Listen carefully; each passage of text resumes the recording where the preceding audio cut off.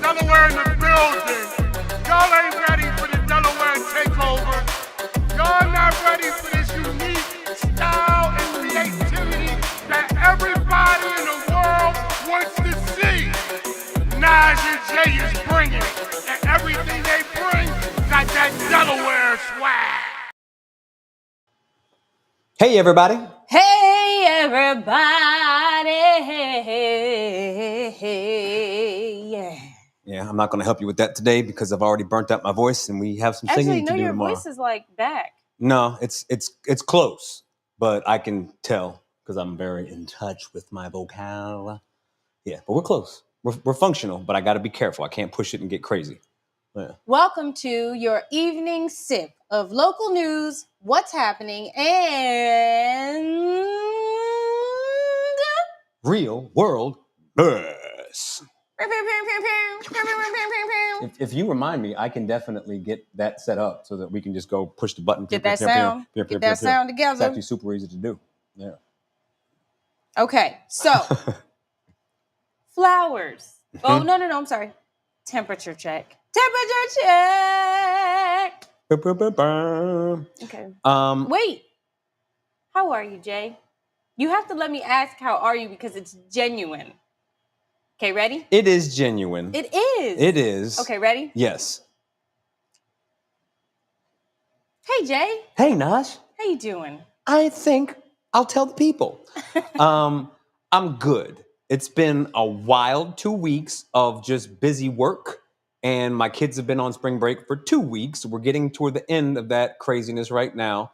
It's a major first world problem, but I'm pretty good right now. A lot of the stress that I was having from like a month ago, 6 weeks ago, is at a nice sort of standstill right now, hoping it stays that way.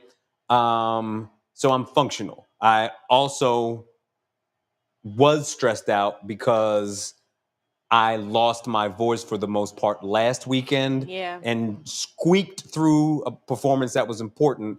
And, basically I had another performance today of a 45-minute set of me just doing my music. And I was uptight about whether or not I would have the voice. And I had just enough. I got to the last song, had to leave out a couple of higher notes to get it done, but got it done. So I'm cool. Sleepy, but fine. Yeah. Okay. Hey, Naj. Oh, hey. How are you today? I'm sleepy. Yes, that's okay. I am tired. Mm-hmm. I am so stinking tired. Weak and worn. And I am. Mm-hmm. And I am going to use this opportunity to inspire you to do what you need for yourself. I have been asked to do a lot of things lately. And although I am so happy that people think of me, I had to really be honest with myself and say, Naja, you do not have the bandwidth. You even gave yourself the full name. Yes. Mm-hmm. Like, Naja, you don't have it. High five. Well done. And usually I'll just be like, okay, and just break my neck. No, I can't. I don't have it. And you won't get the best of me. And that's the thing. I think a lot of people think you just have to do everything or have to say yes to stuff. But when you do that, you're spreading yourself thin and the best of you is not given. And so I have made a very conscious decision to be very stingy with my time. And I'm proud. And I don't even think that stingy is a fair word because you're actually gracious with your time, but you're recognizing how far you can push it. I don't think anyone should label that as being stingy. Like, you do a lot. You're just being thoughtful about your own time so that you can do a good job at what you have to do. What he said. Yeah. What he said. Yeah. And so I'm proud of myself for that because that's a big leap for me. Usually I just do whatever and I just work through it. But I can't do it no more. I really can't. So that's how job. we are. How are y'all? Let us know in the comments. Yeah. Flowers. Oh, look at that. I'm getting there. Step by step. Flowers. Flowers. So, a literal giant passed away. Yeah. George Foreman. Now, Jay can can tap into this a bit more than I can because Yes. I've not been a boxing fan for long. I know that he was a big deal and a history maker and is literally a giant, but that's all I really know. I don't know like his stats and stuff, but I am giving flowers to his life and legacy. Well, I think if you're a boxing fan, you already know. But for those who don't know, I can give a little bit. I don't know. I'm not the expert on boxing, but I know something. I think number one, the Rumble in the Jungle is maybe the most famous boxing match ever, and that was between him and Ali in Africa, Oh, and wow. it was a really big deal. And Wow. that's one of the fights that he partook in, but. Past that, so number one, George Foreman fought in an era of sort of the great heavyweight boxers, and he was one of those greats. You basically had Frazier, you had Ali, and you had George Foreman. I'm leaving out a couple, but those Evander were the Holyfield? scariest ones. Not yet. He's the younger generation, so he's in that sort of late '60s group, Vietnam era. That's how old he was, and. Wow. He was that guy, like the scary dude that nobody wanted any smoke with. And one of my favorite things about him as I really started to study the way that he fought is, he had just, when you talk about power, he was the ultimate power. Like his right hand was just from a different planet. But what I personally loved about his boxing is he comes across like he's just big and strong and like a big old goon and, he just hits you hard. But he really was a boxer and he didn't slip and move and bounce around like Ali. But what he did because he was so big is he would block and parry because he was so strong. He could just eat it. Like he probably hitting his forearm was like hitting a metal, pole. So you would see him not move much, but just really efficient movement to block and parry stuff. And then when he gets his clearance, if he catches you, it's bad. And I just love that sort of efficient style. And he fought according to his build. You know what I mean? Ali was pretty, literally, and he moved around and bounced because that was his skill set. But he was, George Foreman was like just an in-your-face, slowly stalk you down and just rock you. And I love that style. But the biggest point about him, if you don't know, is his comeback. It's been argued that it was one of the greatest comebacks or the greatest comeback in sports history. So he retired, I think, for 10 years. Oh, Lord. And in boxing years, that's basically like A lifetime? it's an incredible amount of time. And he did that when he was still like in his 30s. Came back like 45 years old, and he fought, I hope I'm not messing this up, he fought Michael Moore, who was a top tier heavyweight at his time. And long story short, nobody expected George to really even have a chance because of his age and just ring rust and all that kind of thing. And he lost most of the fight, but he's a big man with power. And all of a sudden, we get towards the later rounds and he's blocking and he catches Moore with a couple of hard shots, hits him in the body, hits him in the head. All of a sudden, it's a completely different game because you've been hurt by this big thing. And if you don't know about boxing, the thing that leaves last for a real boxer is their power. They might lose reaction time. They might, lose their movement a little bit, but the power is still there. And he caught Michael Moore, floored him, knocked him out, won the heavyweight championship at an ancient age. And it was incredible. No one believed it. So, and then he was just a great guy. That's the thing. He was just a George Foreman grill. That might be to a lot of people his greatest, claim to fame, which is fantastic. And he went from, not only did he go from being this big, scary, monstrous guy with the afro, and then, you know what I'm saying? Then he just turned into this nice, happy old man who everybody wanted to just be around like Pop Pop. And Pop Pop would smash you. I was going to say, he's got Pop Pop vibes. But he was like the ultimate Pop Pop. You know what I'm saying? Like just the nicest guy that everyone loved. And he even became great friends with Ali. So he was a great human, a great man, a great boxer.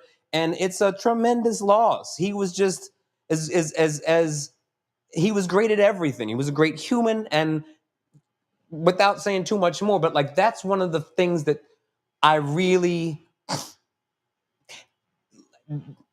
that's one of the generational things that we're slowly losing is just not only people who are great at their craft, but just great humans. Yeah. I'll leave it there, but flowers to his family. To his legacy. Flowers to his legacy. Condolences to his family. The world lost a great man, and he'll be missed. Yeah. Yeah. Flowers to Kerian Otanyo. Yeah. Divine Night was a smashing success as usual. I mean, it's Carrie-Ann. Okay, she does it big every time. She loves on her people. Flowers to Jay for getting through his performance, even with his voice hanging on by a thread. So if anybody sees this, I didn't really tell the story. I'll say this quickly. When I did sound check, thank God Carrie-Ann wasn't there because she would have panicked, and I did panic. But when we did sound check, it was just me and the drummer at the time. And let me see. The song was like, it goes, da, da, da, da, da, da, da, da, da. You don't have to yell. What I sang was, da, da, da. All I was doing was honking. And I couldn't vocalize at all. And long story short is I regrouped, figured out how to handle it, and just squeaked by. Okay. And yeah, it was rough. That was probably the most stressed that I've been about a stage performance. So the first time that I lost my voice, the very first time was the same night. Not only did I have a wedding gig, and I was the lead female singer. Oh, that's brutal. That is brutal. But I also got the call from The Voice that night. Oh, wow. Yep. To be there when? The next day? No, to be there in June. So this is your first time losing your voice. Yep. And you're not only having a wedding, but now you're like, when is it going to be back? Because I need to sing. And the first time, I mean, anyone who sings. And they called me at the gig. Oh. So we were in the middle of a break, and they called me, and they were like, Naja, and I was like, yes, yes, I'm here. Wow. And that's your first time losing your voice. That was the first time I ever lost my voice. Anyone who's a singer who's lost their voice for the first time, you think you're never going to get it back. Yeah, this one was bad. Yeah. This one was bad. Yeah. I've lost it like 3 or 4 times. Every time I get sick, my cords are the first things like that are attacked. I don't know. I feel like it's a curse because every time. Yeah. But I'll never forget that. I was like, oh my God. That's terrible. That's terrifying. Yeah. So when you said this was your first time, I was like, what? I've lost it before, but not to that extent and not in a situation where it's all me. You know what I'm saying? It was like J Street. Yeah. And I'm like, oh. Yeah. So, and what is it when we get sick that we become pitchy? What is that? Well, it's your cords are literally obstructed with mucus. Like it's literally, there's something changing the way that they vibrate. Okay. Yeah, so you can't control. It's like when you have an injury, like you don't have the same coordination. If this one thing I can't stand is when I get sick and I'm pitchy. Yeah. Oh my God. And you hear the right note, but it's I hear it and I'm like, that ain't it. That ain't it. Yeah. I need some of y'all to think like that without being sick. That's what I need. Oh no. Oh no. Well. Also, she doesn't watch the show. She's, not a social media person. But yesterday, I went on a DC bus tour to the Phillips Museum, the Phillips Collection. And the membership coordinator at my job, Sally, put it together. And we had a great time. It was my first time going on a bus trip to a museum. I was the youngest thing on the bus. And we had a good time. We had a really good time. And I know that took a lot of work. And now I'm plotting and planning because I want a rowdy bus trip. And I want me and Jay to plan it so we could do games, drinking games, movies, music. A museum crawl. A museum crawl with drinks. If you see anybody who start a museum crawl, you straight up jacked with it. A bus though. Stop it right now. You jacked us. Okay? So just be looking out because I got some things in the works. But we had a good old time. So flowers to you, Sally. I know she's never going to watch this, but I just wanted to put this out there. She might get linked to it now. Maybe. Yeah. Okay. We're going into our local news. And while he pulls that up, look at you. We can step by step. You. You know what I'm saying? Local Step by step. We're going to get this thing just right. Oh, boy. Okay. All right. Let's just jump right in. Okay. Yeah. I mean, you want to give it a little bit of a preface? The weirdos are in the schools. No. Let's start with the SB. Trust me, just timing. We can get to that. Okay. All right. We're going to come back to the weirdos in the schools. We're going to talk about the weirdos in legislation. J. Joseph, get ready to call. Don't call right now. We're putting on headphones. So we have a special call-in guest, and we're actually thinking that maybe over time he becomes our official political correspondent. Oh, look at that. Yeah. I like because he's very knowledgeable. We have a political correspondent. But he's extremely, oh my gosh. He's extremely knowledgeable about politics and a lot of other stuff too, quite frankly. All right, listen, it's already loud to sit next to you. I can turn it down. It's already loud sitting next to him. Yeah. And then to have him in my headphones, I can't do this. Go ahead and get where you want to be. Put it on. I'm gonna turn it down. Okay. Yep. Is that better? Yeah. That's good? Yes. This is not kosher. I need cat ear headphones. Yeah. So we are going to talk about SB21. And the thing is that we wanted to talk about this intelligently for obvious reasons. So I allowed someone else to handle it. Yeah, we're going to bring somebody else in to explain it to you guys. So J. Joseph, call us now if you're hearing this. And we're going to talk about SB21. I have some basic opinions about it, and I have some basic understanding of it. And I have some real deep concerns about it. So, we want to really spend some time digging into it and breaking it down so that you guys understand, and so that hopefully once you have the understanding that you are able to speak on it and kind of have it represent call your representatives properly. All right. Well, it already passed here. Nothing we could do now. Well, but so that you can hold people accountable. J. Joseph, are you there? You guys understand. Hopefully, once turn down your audio a little bit, good brother. Oh, sure. You sound super. Why does he sound super deep, like a dang monster? That's crazy. All right, J. Joseph, you there? I'm here, man. I didn't realize how much. Oh yeah, I am super deep. What you doing? This doesn't even sound real. So, can you start by just explaining what the bill is and just the basics of what it is and what was signed and why it was signed? So, I think since the start, why it was. I'm sorry that delay is so. All right, hang on. Okay. Hold your mule, people. Hold your mule. I don't know why he sounds so deep. I feel like he has it might think, but we're there with it. Since the start with why some. Of course, everybody knows that most companies that are publicly traded, and many aren't, are traded in Delaware. And that allows us to take a sales tax. It funds 2/3 of everything that we afford. And so when any company says that they're unhappy with Delaware, the place that they're incorporated, governor and elected stood up and say this. So I'm one of the people that doesn't believe that folks were actually being honest when they said that they were going to. I keep seeing like it's over. You know what?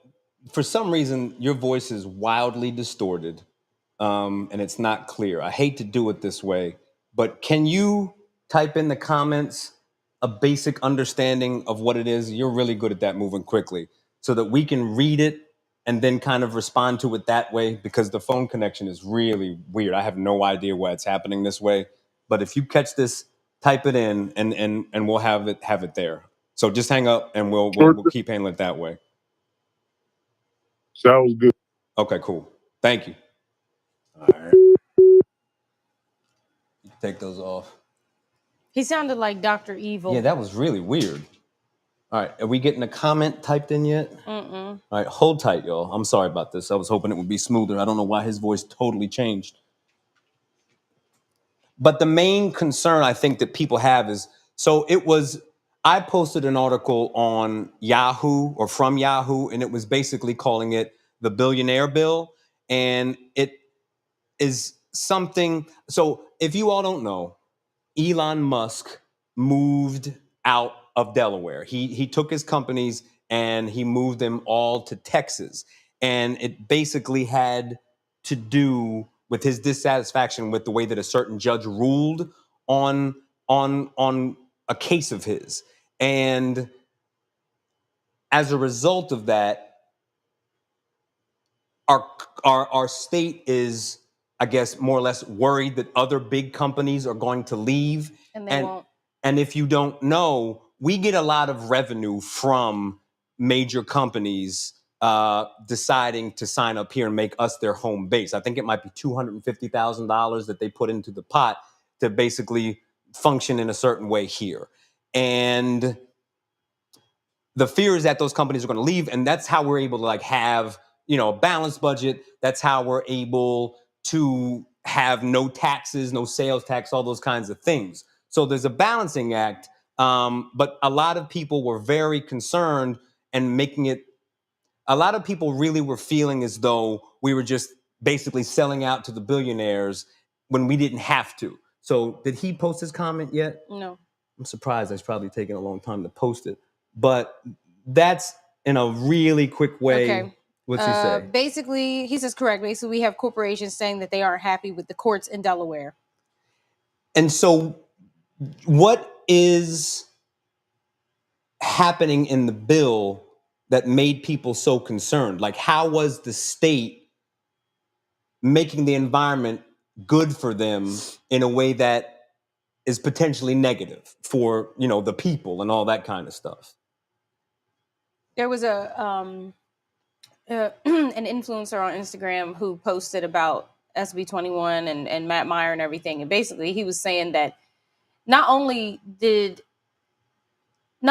is Delaware not in trouble of losing all of these corporations, if anything, we gained more. And very curious. He said the crazy thing is that all the corporations ever said is that they were thinking about leaving, just thinking about leaving. Right. And so when I was talking to Joseph to James on the phone, he was basically saying this to me, and I'm trying to explain it right. So keep jumping in, James. Mm-hmm. He was basically saying that it was almost like a bluff situation where they were threatening us. And if we would have just kind of not told the line, but have held tight and not sort of panicked, that nothing really had to happen. And another point that he made to me in our phone conversation is that a lot of these legislators that are in office are relatively green and new to the system, so they panic even more when they could have just kind of held it together and not really budged, especially in this current climate. Because now you're in a situation where a lot of the hardcore progressives are upset about those votes. And, there were only maybe 3 or 4 people who didn't vote. One was Eric Morrison. Medina was another one. I think 1 or 2 other people. And honestly, I always have I'm never 100% with anyone, but I always have loved what Eric says and what he has stuck with. And he's been true to form. He's very much a Bernie Sanders, highly progressive Democrat.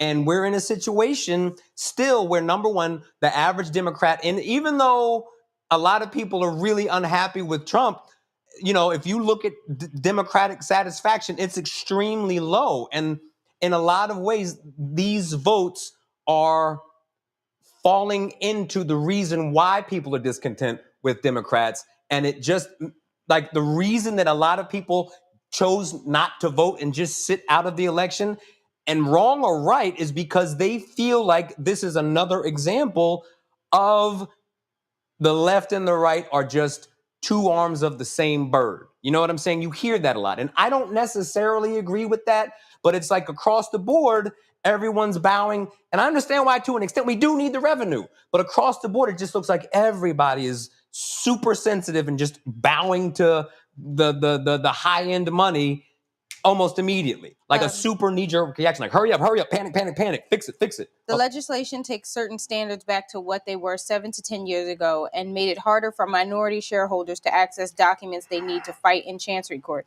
The issue is that the minority shareholders tend to be pension and other retirement funds. And so keep typing, James. My understanding of that, or my concern with that, and what everyone's concern with that should be, is that if I, Jay Street, take my money and invest in Meta, my voice basically isn't heard. Like, I have no say in this matter, even though my money's in it. And listen, if I put in $500, like, how much say do I expect, right? But I might not be able to put 200 million into it. But what if I'm a donor who may, not a donor, but what if I invest $50,000 into it? And what if we have a pool of thousands of people who put $50,000 into it and they all have the same voice, but now their voice can't be heard because of how the legislation is? Like, why do the people with the most money get to have all the say? It's not democratic. And I think that's the concern. Like, why do we always have to tilt things in favor of the people who already have the most? Like, we keep giving them the benefit and we never do. And I understand the concern about losing tax revenue and losing that revenue from these companies who pay their 250 Gs. But we didn't have that issue. That's the problem. Here's the thing. Last year, and correct me if I'm wrong, but I think the last year or the last few years, we had some of the most amounts of companies doing business here. And because Elon made us stink about it, that scared everybody. And just that one person that seems to have a free-for-all over everything, because that one person had an issue. Mm-hmm. Now everybody in Delaware has lost their damn mind, and we're doing all of this. And again,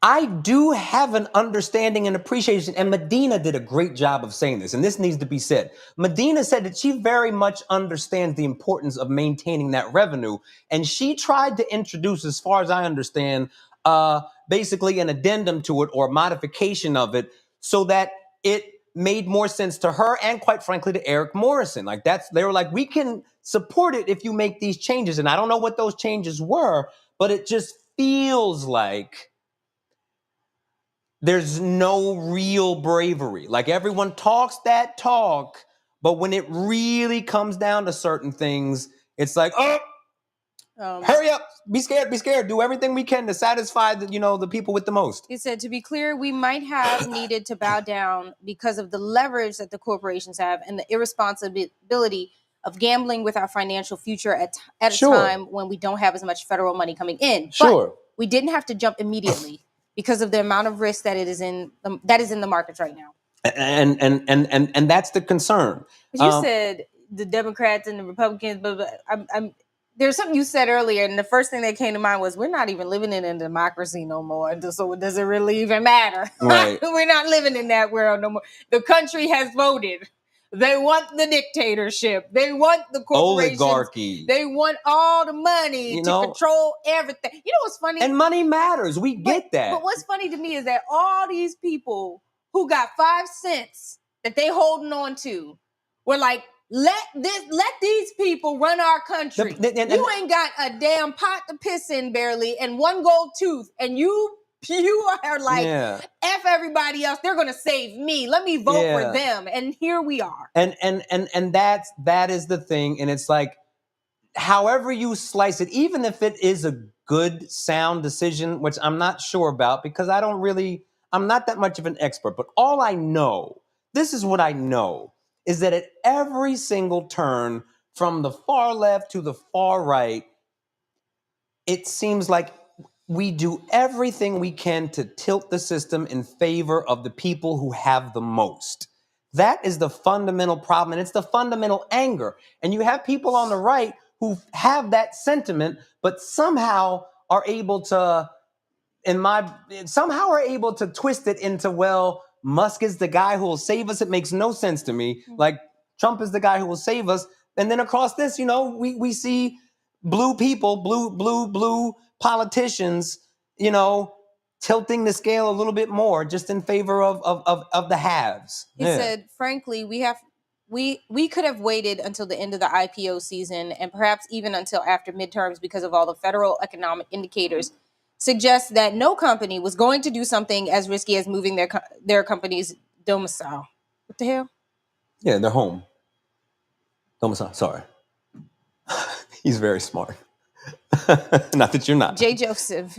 I love it. That's what I love about him. You know? And I'll say... I have to deal with this with Jay. Okay? I have to deal with this Jay. And you just go ahead. I understood everything. Industry. I understood every damn thing. And then you hit me with the domicile. What the hell? The home. Y'all gonna stop playing with me. And I'll say this. Hold on, he ain't done. Good. The only corporations that could afford to leave were the ones we wrote off anyway. Our leaders blinked, and it's hella disappointing. And that's it. It's the blink. Thank you. He said sorry, Naja. Don't ever apologize for using big words, man. So we need more big words. You know what I'm saying? Stretch these people.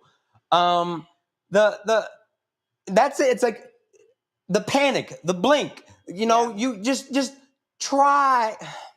I'm not in their shoes, and I am armchair quarterbacking. But again, my final point is we are always tilting the scale. Here's the thing. We are always tilting the scale for the haves. And we're always complaining about the haves. It's like in high school. Like, when do we let the common man have some say? It's like when in high school, right? The popular kids, you got some people who are like, okay, if I do the popular kid's homework, if I buy the popular kid lunch, maybe they'll hang out with me. Maybe they'll bring me into their friends group. And every single time, not only do they not do that, but then they make fun of you. Yeah. And then they do things to bully you. Yeah. And but there's always this little bit of pull, like, hey, come sit with me at lunchtime, that gets you locked in again, only to then go back into this cyclical pattern. Everybody, and it's driving me crazy. Everybody understands. Everybody wants money out of politics. Everyone understands that it's an unbalanced, unfair system.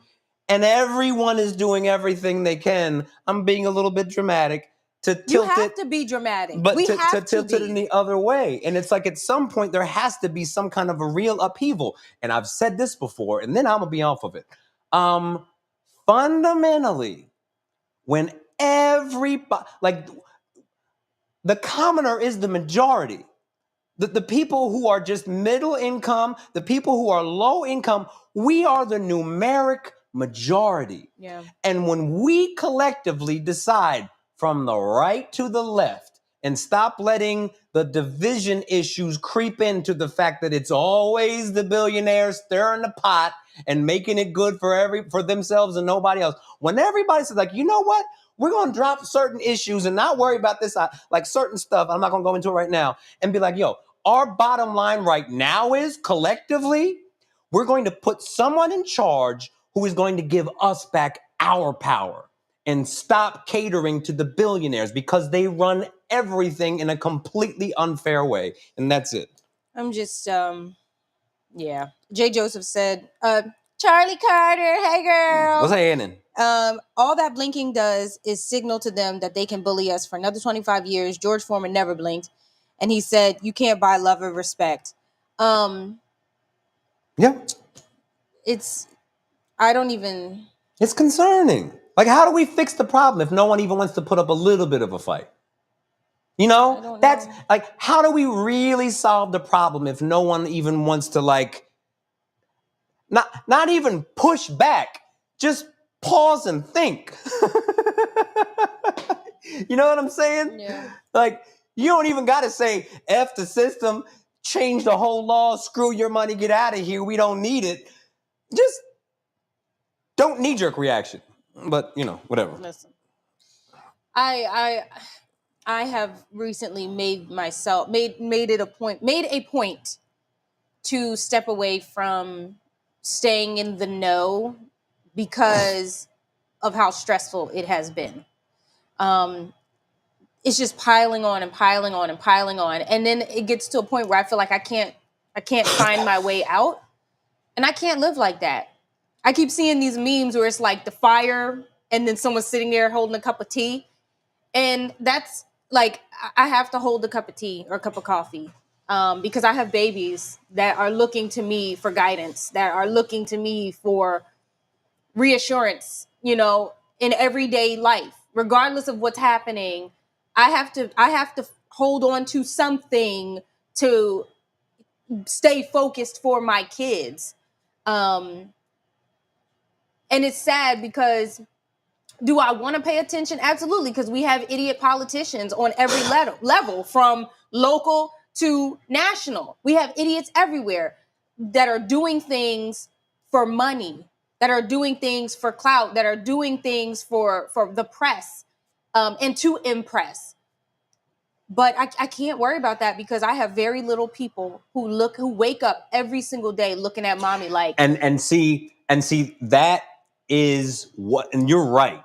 And you're doing the best you can do, and that is where they take advantage of that fact. Yeah. Because they know that the average hardworking person literally doesn't have the time to be so invested in it. Yeah. And I don't know how we fix it otherwise, but that, quite frankly, is where we're relying on our politicians to fight the fight that we need you to fight, because we don't have the time to fight it, and that's your job. Yep. You know what I'm saying? This is why it's important to pay attention to what your politicians are actually doing versus where they show up. And that's why this past season, what I can say is what I observed is there was so much ass kissing. And well, that's every year. I know, but like I noticed it the most because this was the first time as a full-grown adult paying full-grown bills with a full-grown family that I was able to pay attention and be in depth with the issues in my community and within my state.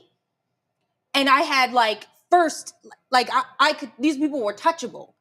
And it was like, oh my God, this is what I have to choose from? This is what we have? When I was talking to Joseph, we can keep on going, shoot. When I was talking to James, I guess over the weekend, I was stuck in this dilemma, and I'm saying it again here because I think it's to your point, and it's an important consideration. It's like, number one, I always go back to my grandma, who told my dad and who told me, do not go into politics because you don't want to do that. Mm-mm. You can make a change, on your own, in your way. Don't do it. And I don't have any problem saying this, and I hope I don't get my dad in trouble, but I think if you talk to him, he will continue to do a great job in his role as a politician, and would also, on the low, be like, his mom was right. My grandma was right. And what I say when I say all that, I say that to say that on one hand, I'm like, if I recognize that there's a problem, I have a certain duty to help if I can. Yeah. And I'm like, should I get involved with politics? Yeah. Should I, step up and stop crying about it? And like, well, then you do something. Right. But I hear my grandma, like, boy, don't do that. Yeah. And it's like, well, what am I supposed to do? Well, we talk about it here, we bring it to your attention, but it's a concern. Like, what do we do? But and the funny part is there are examples all over the place, right? Like when it comes to the music community in Wilmington. Yeah. Right now, we are in a drought. But you got that album coming, son. That don't mean nothing. I'm just, yes. That don't mean nothing. What I mean is, we are in a place currently, and have been for a while, where no one is putting on real shows. You have a lot of featured acts. You have a lot of open mics. You have a lot of people doing a full show with several different singers, but nobody is doing a dedicated show like we were years ago. There are multiple reasons for that. A lot of places have shut down. A lot of places are not paying well enough. A lot of artists don't have the bandwidth because you can't put a show on and you can't pay your musicians. And musicians have basically said, nah, I'm not doing it for nothing. Like the economics aren't there. Up, right? But then also the places that are booking shows are not booking certain types of artists. They're looking outside. They don't want the local folk. And when they do get local folk, they treat them like shit. And how this connects for me is I personally stopped doing as many shows, not because I didn't have music, not because of that, but because I had to set a precedent that you're not going to expect me to continue to put shows on and you're paying me trash. And yes. And here's the thing. Like, I am someone who has the ability to put on a show several nights a week of just my music. Mm-hmm. But as a grown adult with 2 kids and bills to pay, I cannot justify to anybody that's important to me how I'm going to spend all my time to ultimately come home with like $300. You know what I'm saying? Because I got to pay everybody and treat my guys right. So, yep. Mm-hmm. Yeah. When I can sing weddings and put no effort into it and bring home $500, you know what I'm saying? Like, what, you do the math, you pay the bills. But yeah. All I'm getting at is we have to start setting precedents. We have to start coming together and forming. Now, I'm not saying that I was the one that didn't know. What I'm saying is a lot of people have what's the word?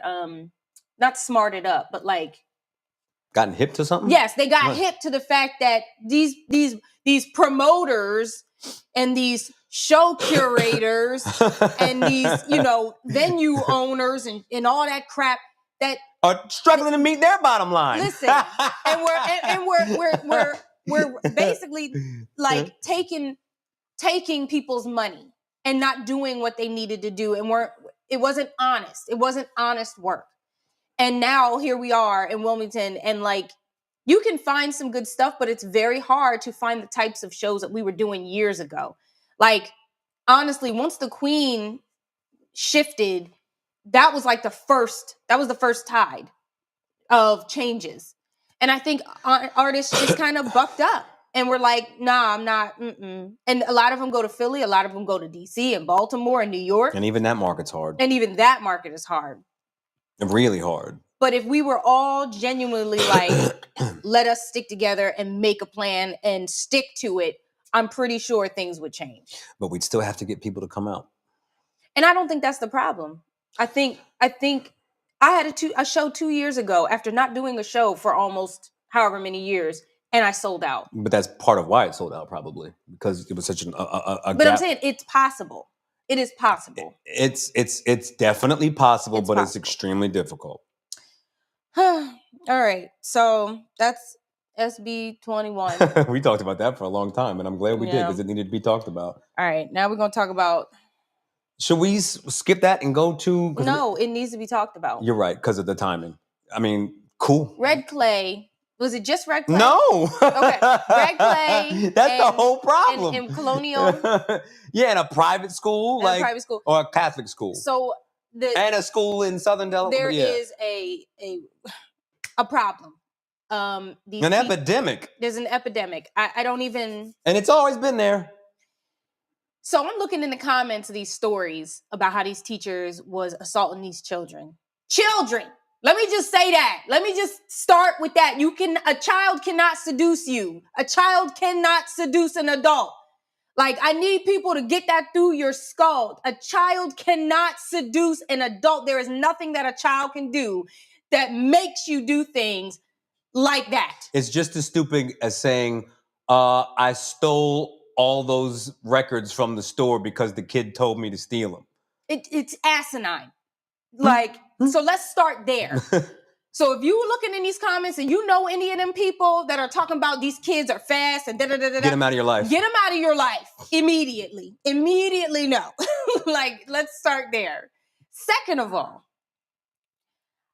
I am highly, highly, highly concerned with the priorities of these school administrators. I am highly concerned because you want to talk about how y'all care about these babies. Everybody wanted to have an ICE presentation.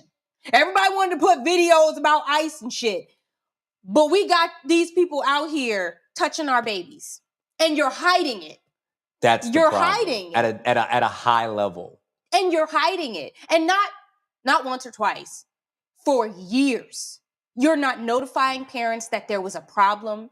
You're not talking about how you're going to change things on your end to make our children safer. Our babies go to school and we expect that they're going to come home the way we sent them. And instead, I'm worried about my child's cell phone, my child's Apple Watch, my child's emails. I'm worried about what they're doing in between classes. I'm worried about the extra credit that they said they had to do.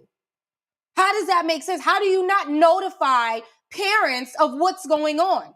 And I'm going to take it even further. When I was in high school, I had a teacher, nothing violent, but I had a teacher be extremely inappropriate with me. And I was terrified to say anything. I told my mother, and my mother set up a meeting. And before the meeting happened, I had told my friends about it. And I found out that it was not the first time that this teacher was inappropriate with a young lady. We set up the meeting. I talked to my principal. The next time I went to class, the teacher apologized to the class, stating that someone was offended by his jokes and that he no longer can be with a student by themselves. And I knew that it was directed towards me. I felt it. But it wasn't just jokes. It was physical contact, right? Oh, yeah. It was physical contact. But he did the whole classroom thing to try and deflect or downplay what he did. He ended up getting fired. At some point. And you know what happened? Nobody ever talked about it. Nobody. And as a 15 at the time, a 15-year-old girl, I don't know what the hell to do. All I know is this man touched me, and I don't know. I told my mother, I don't know what else. It was the responsibility of the administrators that I told to handle that man. And it wasn't handled appropriately. And now I'm looking back and I hurt for these babies. Thank God that I had a close enough relationship or I knew something wasn't right and I told my mother. But to think that these babies, that they don't understand what's happening because you trust these teachers. You trust them. So let me jump in with a couple of things. First, the idea that because you could have some idiot say something like, "Well, these kids are more grown now." No, I don't hear that shit. That they know more than they should know. You know what I'm saying? Like that they, are advanced because of all the stuff they have access to. Yes, they do see more than I did as a kid, right? But here's the thing: they really don't know what they're talking about. Yep. And so as a perfect example, I work with young kids, right? Like I've done it. I've worked with young people all my adult life, and I've worked specifically in an elementary school for about 6 years at this point. And I've had situations where kids have said things that were not to me. This is a conversation between kids that we were made aware of and had to address. Yeah. And kids made comments saying what they're going to do to somebody sexually, having no idea what they're talking about. Right. Like they're just saying it because they heard it. Yeah. Like if I say to you, I'm smashing, like they don't know what that means. They're just repeating the term. Mm-hmm. You understand? Mm-hmm. So number one, they don't know what they're talking about. And if they do, they're being abused. Number two, the thing that I'll say this too. Number one, I was floored to know that I knew and know one of the people who got arrested 2 weeks ago. And when I started talking to people that I know who knew the person about it, it made me really, really sad because in the majority of those conversations that I initially had about the situation, one of the initial responses in every conversation was something to the extent of, well, I hope he didn't get hacked, or I hope these kids aren't making something up, or I hope it's not a lie. Automatically leaning towards the problem, automatically trying to defend the perpetrator, automatically not defending the child. You still like it when I press, it's like, no, I don't mean like that. Right. You know what I'm saying? Right. But the instinct was to first question it. Right. And you always ask the right questions. You always investigate. But the instinct, like if my child comes to me, your child, and I find out that if they say something happened to me, my instinct is immediately to burn the place down. I am going to ask questions, but I am straight into gorilla Hulk mode. Yep. Like who did what? Yep. Not as well. Are you lying, son? Listen, my mother. And I have to say this. You're thinking probably the opposite. The worst part about it, and this is probably because of how screwed up society is those voices who were leaning towards skepticism were women. I called myself. Were women. They were women, not piggish dudes. And there are piggish dudes. But do you see these layers of problems? You know? That's a whole different conversation. It's an entirely different conversation, but it is wild and really disheartening that happened. There's obviously the disgust of the perpetrators and the perversion. But listen to your children. Most children, like everybody lies, but fundamentally, kids don't lie about that type of thing. Most children are honest and truthful. Yeah. Even my like real bad kids, when I really am like, yo, what happened? They give it straight to you. They don't lie. Like and the kids who do lie, you know. Like that's the lying kid, so you got to push him. But most of them overwhelmingly just tell you the truth. Yeah, I did that. Marshall said, these people have children of their own, and it's troublesome. That's J. Joseph Taylor said, get on a policy review committee. Every school district has one. I just joined Christina School District myself. You know. But the cover up. That's the most disgusting part. How could you, as an adult working, like I'm imagining. How could you be okay with that?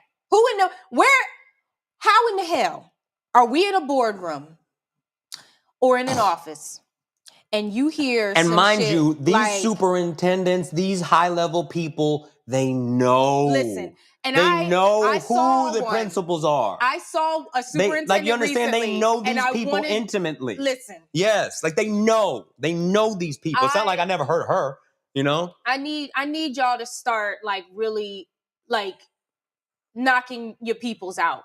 That's really what I need. Like I have made it my mission now that when my friends are messing up, I'm going to tell you about yourself. If you stinking, I'm going to tell you. Because I can't be associated with trash. I cannot. And for you to work in that environment with children. That's it. And you find out that a child has been abused by an authority figure. Over and over again. Or one time. And you say, we're going to figure this out. You take leave. Call the lawyer, you know. But you don't, did you even check to see if the child okay? Yeah, is your gut instinct to protect somebody and no, it's to protect their job. No, wait. That's what is that your instinct to, oh my gosh, how do I make this go away? How do I quiet this down? Is that your instinct? Or is your instinct to protect children? If it's not, you're in the wrong business, because fundamentally, that's your job, is to protect and educate and protect. Put what you want first. But I am a flawed individual. But if I am a very patient, peaceful person. But if you want to see every bit of my ugliness, it's when it comes to young people and family and people that I care about. And when I'm saying it's mind-boggling to me, it doesn't make sense. Like, no job worth it. Like if I pray. I do often low-key pray that I'm not in a situation where I have to respond. Yeah. Because if I'm with one of my kids, like my real, the kids that I work with, and I find out that someone I know in the building has done them dirty in some way, Listen. I don't want to go to jail, but good God, I'm going to have to use all of my restraint to not become a certain person because you don't mess with kids. Listen, You don't do that. I'm just disgusted by everyone higher up. Yeah. Everyone. Like, and bringing it not back, but bringing back into the conversation our political leadership. It's like, why is everybody at the top not showing real courage to protect Right. our children, to protect the common person? Like, where are the guts? Like, what are you scared of? what has happened to our society where we It's put always everything been this way. above? It's always been this way. I don't know. I don't know. I don't know. I mean, if it weren't for social media and phones, we wouldn't have known about that guy. And then they try. What kills me is when they do these articles or they report this shit, and then they don't show faces and they don't want to say names. No. Show that man, make him famous. Exactly, because you obviously wanted some attention. Well, let us give you all of that attention. It really is. Now everyone, for me, I want letters and emails. I want people showing up to the what is it? The colonials. What is it called? The district. The board meetings, the school board meetings. School board meetings. Yeah. To the what's the thing after school that parents run? The PTA. The PTA meetings. Show up to everything. And then also the district building, like where all the administrative stuff happens. Yeah. Show up there. Now, I need answers, and I need them not to be quiet. I don't want no cookie cutter statement that y'all put out on Facebook. I want to see your face. I want you to address the people and the concerns, because this is disgusting. This ain't a fight. This ain't a shooting in a school.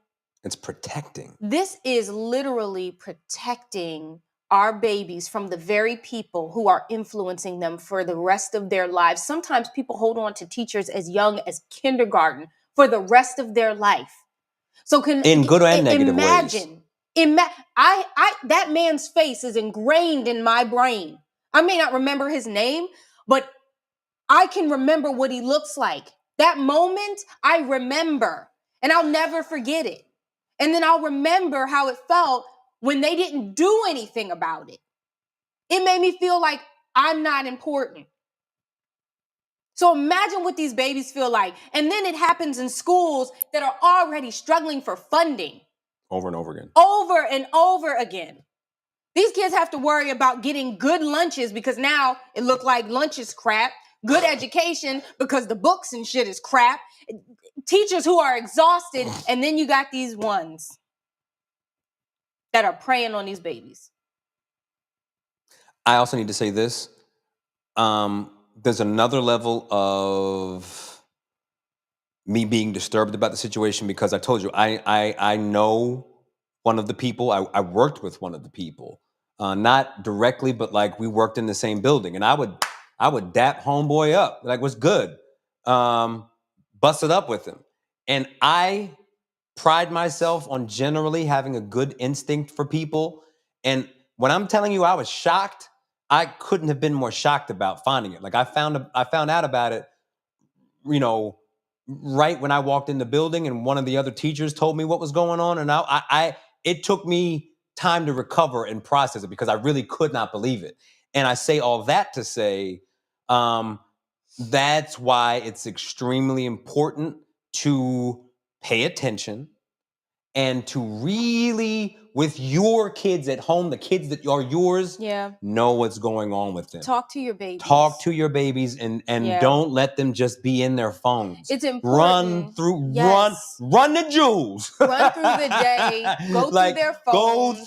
You got to respect their privacy, but you, especially elementary, middle school, you got to go through their stuff because who knows? I would have never guessed that guy. And also, go to the conferences, set up conferences you don't have to wait till the what do you call it?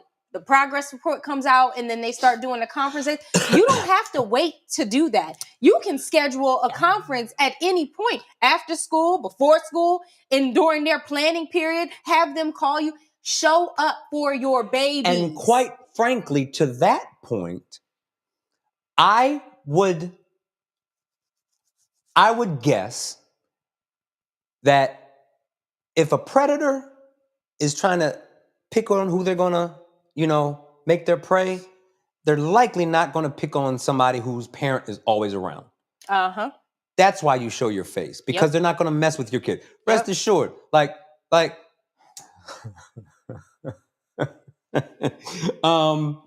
everybody at my kids' school knows my face. Mm-hmm. I pull up regularly, and they all know I'm half crazy. Listen. And I want them to think I'm half crazy. I want them to think I'm half crazy. And it don't have to be just you. That's the thing. Like if you're a single mother, single father, it don't have to be just you. It could be your parents. It could be your sister, your brother. It could be their godparent. It could be your best friends. That boy Jay, wow, that's right. Listen, that's they're right. babysitters. Mm-hmm. Listen, like we have to show up for these babies, because the minute these predators have a second, because they're preying on the weaker person. Mm-hmm. Who doesn't have a strong system, who needs a little bit of help, who needs support, who's missing affection, who's not getting the things that they need normally, you know what I mean? Who crave attention from males, all those things. That's the kids you have to, Yep. Those are the kids you have to be extra careful with in terms of protecting them. I'm praying for those children, because they have a hard road ahead, because I've seen what it looks like when children are affected by that. And it's a shame. And it's an unfair start to life. It's an unfair start to being able to trust people who were supposed to be your inspiration. And for anyone who works in the school setting and is working with these kids where these situations are happening, be extra sure that you are paying attention to the classmates and how the classmates are responding to it. Because I guarantee you, there are assholes in the class who are like, you got so-and-so arrested. Mm-hmm. Who will make the victim the problem. And you got to stomp that out. They're assholes. It's that they don't truly understand. No. Kids don't, and that's the issue. That we're even having this conversation, because they are kids. Kids, their emotions and their worldview and understanding of social dynamics. I'll take that. Yeah, they don't get it. I'll take that. Whatever. If the man's name was Paul, and Paul was a great teacher to Javon, but then did something to Sarah, Javon is going to be upset because Paul was the only person paying attention to him. You make a great point. So we have to be mindful of the children that are affected on the outside. But you better stomp that out. Yes, stomp it out. Because that child will do the same thing as an adult, and then they are an asshole. So, yeah. It's sad. It's so sad. And I require I require an explanation from the districts and from the CEOs of this private school. I need answers, and I want real answers, not some cookie cutter shit. I want real stuff. And you know what? I think what I'm going to do is I'm going to write me a little letter. That's what I'm going to do. I'm going to write me a letter. And you should too. Write you an email, write you a letter, and send it to everybody. You can go on the district websites and you grab every single email. You go to that school's website specifically and you grab every single email and you tell them how angry you are. And you do it for every single one. Because the only way that they're going to know we mean business is when we actually act on it. Same thing with politics.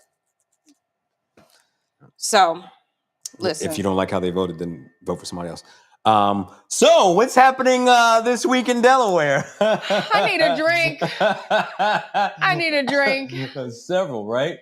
Let's just go straight to there. Jake Joseph and Charlie, y'all been riding with us this entire time. Appreciate it. I love y'all. Really do. Am I where I need to be? Yes. All right, cool. I'm not where I need to be. Hold on now. No. Where are you going to start with? I don't know. There. You always just pick. Yeah, fair enough. Is that it? No. Is that last week? Yeah. Okay. I didn't delete that? No. Okay. The one we just saw. Okay, cool. Okay. Bam. No. Bam. Clear the warehouse. Last chance. Everything must go. Saturday, March 29th from 10 a.m. to 1 p.m. at 3030 Bauer Street. Deeply discounted electronics, furniture, appliances, home decor, mattresses, all the goods. And then we have Paint and Sip. March 29th from 5 to 8, featuring teaching artists Queen Picasso, Brittany Glover. This workshop is designed to unleash your creativity while vibing to music, drinks, and sharing great company at Hedera Yoga Studio. And then we have the Ice Cream Shop. Opening day is Friday at 11:30 a.m. It's actually a really nice picture. Sorry. Yes, it is. Okay. All right, making sure I don't put something up that shouldn't be there. All right. Hold on. Yep. Oh, Nomad, Jazz Thursdays. So that starts tomorrow. Okay. Yeah. And then, hold on. Mysteries of the Deep, Delaware Teen Science Cafe presents guest speaker Liz Sargent, PhD. This is free for teens grades 7 Why did you make that to lady 12. French? I don't know. It felt French. Sergeant. I don't know. Sergeant. March 28th from 6 to 8:30 at the Delaware Museum of Nature and Science. Oh, Sergeant. Sargent. Yeah. All right. Go ahead. Yep. All right. Turn your passion into action. That's what I'm talking about. Teen Volunteer Fair. Wednesday. What? Oh, Saturday, March 29th, 12:30 to 2:30 p.m. at the Route 9 Library. Ages 12 to 18. Parents are welcome. Okay. And then Friday night, my girl, Damala. I think we're supposed to cover that. Araya Love, George Downing Jr. So Friday, 7:30, tickets are $20. And the house band is Soul Synthesis. Where is that? Oh, okay, gotcha. Yeah. Cool. Is that Lawyers Row? Yeah. Yeah, okay. Hmm. And last but not least, y'all ain't ready. Y'all ain't ready. Let me tell you something. We got outfit changes. We got jokes. We got lots to do. We are hosting Dancing with the Stars Delaware for the Wilmington Library Fundraising Gala. Yeah, I probably shouldn't say this, but the library has gone out of their way to install a giant pole inside the Grand Opera House for me to slide down like a slimy snake onto the stage. It's going to be glorious. Why isn't it going back? Oh my God. Oh, there we go. Oh my God. Yeah, it's going to go. No. Oh my God. No, you can't. No, don't do that. Don't do that. Why? Oh no. So that's what's going on. There's a lot going on. But no, wait. The Dancing with the Stars, no, fine, we can answer that. Is going to be great. Yeah. And we are genuinely excited. Mm-hmm. We are honored to be put in this role, especially because our first we were on the team of the first season, right? Yeah. The team, I don't know what you call it, the class of whatever, the first class. We were in the competition for the very first one. Yeah, for the inaugural event. Yes. And we were horrible, but we had fun. Uh-huh. And now we'll be back on our own terms in a certain way. Yes. And thank you to the team for reaching out to us. We will not fail you. Let me tell you that. Mm-hmm. I cannot wait because I already got my outfits together. I'm getting my nails done. I even am close to having my outfits together, which is unbelievable. Mm-hmm. Yeah. So thank you for watching. We love y'all. And yeah. And I want to leave you on this note. Not that note. Do it again. Do it again. Okay. Okay. I don't know what that was. I wanted to harmonize with it. Yeah, that was a strange. I saw this thing and I just wanted to share. Don't worry about something being perfect. It doesn't have to be perfect for you to start. You getting better with time is the focus. Like, just get it done. Where'd that start come from? Where'd that come from? It's on my heart. Okay. Start it, do it, post it, run it, and perfect it over time. But don't allow the outside world to make you think that you can't begin something just because it's not packaged up pretty and ready and to go. I mean, if you're going to open up that... No, I'm not. We're going to end the show on that. Yeah. So thank you so much for Here's the thing: she can't stop nothing because she don't even know how to stop the show. So, so I have an additional It's comment. 9:09. I have to that point real quick. We do walk the walk and talk the talk because if you go back through the way we started. The Child. way we started was with an iPhone 11 and a book for a stand. You know what I'm saying? Started from the bottom. I don't know where here is, but it's a long way. It's a long way past that. Ay. But All right. we love you guys. Have a wonderful week, and maybe we'll see you outside. Bye.